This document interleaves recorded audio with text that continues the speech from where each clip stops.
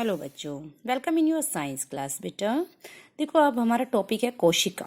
ठीक है, विज्ञान में हम कक्षा 8 का अध्याय 8 कोशिका करेंगे। संरचना एवं प्रकार, यानी कि कोशिका की संरचना क्या है और उसके कार्य क्या हैं। देखो, आप पहले ही पढ़ चुके हैं कि हमारे आसपास की वस्तुएं या तो सजीव हैं या निर्जीव हैं। साथ ही आपको यह भी याद होगा कि सभी सजीव कुछ मूलभूत कार्य संपादित करते हैं। आप क्या कार्य करते हैं, सभी का छोड़ो, आप अपने आप क्या कार्य करते हैं उसकी सूची बनाइए। ठीक है, क्या आप इन कार्यों की सूची बना सकते हैं? विभिन्न अंगों के समूह विभिन्न कार्य करते हैं। जो आपके द्वारा सूचीबद्ध की, जो आपने सूची बनाई होगी, वो आपके अलग अलग कार्य कर रहे होंगे ना। तो कहते हैं इस अध्याय में आप अंगों की संरचनात्मक मूलभूत इकाई के विषय में पढ़ेंगे, जिसे हम क्या कहते हैं, कोशिका।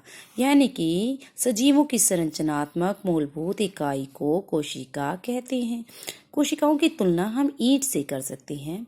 जिस प्रकार विभिन्न ईंटों को जोड़कर भवन का निर्माण किया जाता है, उसी प्रकार विभिन्न कोशिकाएं एक दूसरे से जुड़कर प्रत्येक सजीव के शरीर का निर्माण करती है। जैसे ईंटें जुड़कर भवन बनाती है, ऐसे ये कोशिकाएं एक दूसरे से जुड़कर हमारे शरीर का निर्माण करती हैं।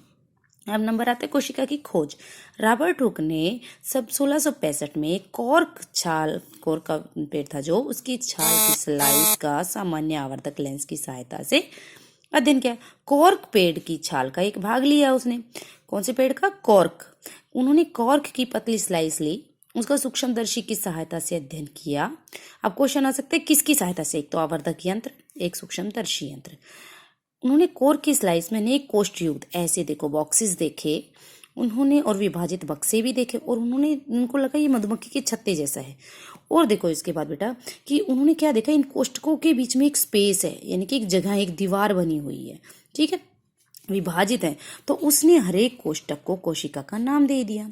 अब सजीवों की जीवित कोशिकाओं को संवर्धित सूक्ष्मदर्शी की खोज के बाद ही देखा गया। रॉबर्ट हुक के प्रेक्षण के, रॉबर्ट हुक ने जब बताया था उसके लगभग 150 वर्ष बाद भी कोशिका के विषय में बहुत कम जानकारी थी सभी को।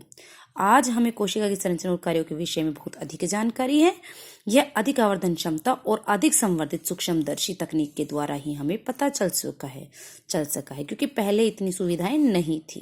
लेकिन कोशिका की खोज तो रॉबर्ट हुक ने की थी ना बेटा, इसलिए उसी के नाम से इसको जाना जाता है। कोशिका भवन के लिए ईंट एवं सजीवों में कोशिका दोनों ही मूलभूत संरचनात्मक इकाई है।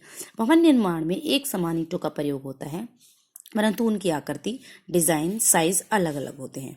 इसी प्रकार सजीव जगत के जीव एक दूसरे से भिन्न होते हुए भी कोशिकाओं के बने होते हैं।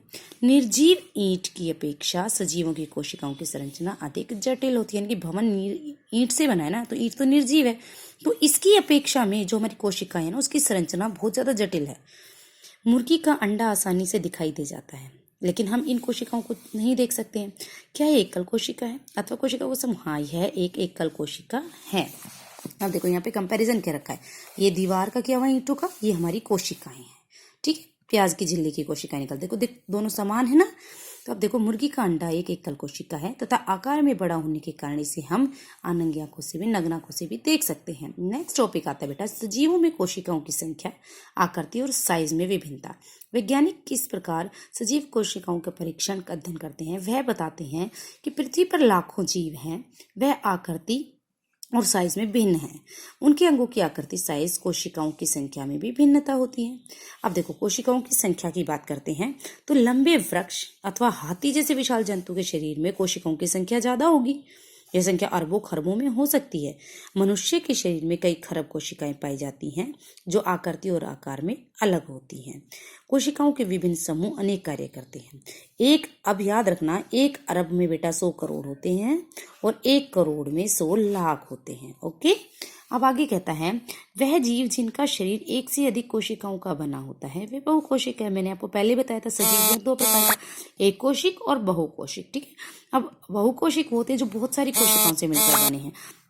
छोटे जीवों में कोशिकाओं की संख्या उनके क्रियाकलापों को किसी प्रकार प्रभावित नहीं करती है।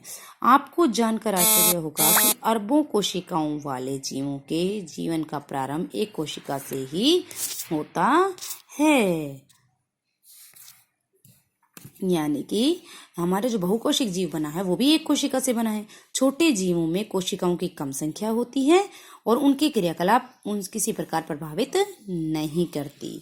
आपको जानकर आश्चर्य होगा कि अरबों कोशिकाओं वाले जीवों के जीवन का प्रारंभ भी एक कोशिक से ही हुआ। यानी कि कहने का मतलब है बहुकोशिक जो जीव है ना, उनका शरीर का विकास एक कोशिका से ही हुआ है, जो एक निषेचित अंडा है।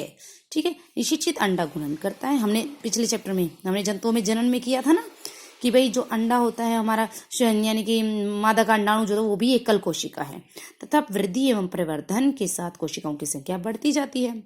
अब देखो ये चित्र दिखा रखा है, पैरामीशियम और युगलिनी अमीबा का दिखाया हुआ है। अब इन दोनों की ही आकृति जो होती है वो सुनिश्चित नहीं होती है, आकृति इनकी बदलती रहती है। ये दोनों ही एक कोशिका है, ये अपना सारा काम, प्रजनन है, चाहे पाचन है, चाहे उत्सर्जन है, चाहे निष्कर्षण है, जितना भी कार्य है ये दोनों एक ही कोशिका के द्वारा करते हैं। याद रखना, हमारे शरीर में तो अलग अलग कोशिकाएं करती हैं सारे काम, लेकिन इनमें सारे कार्य एक कोशिका ही करती है।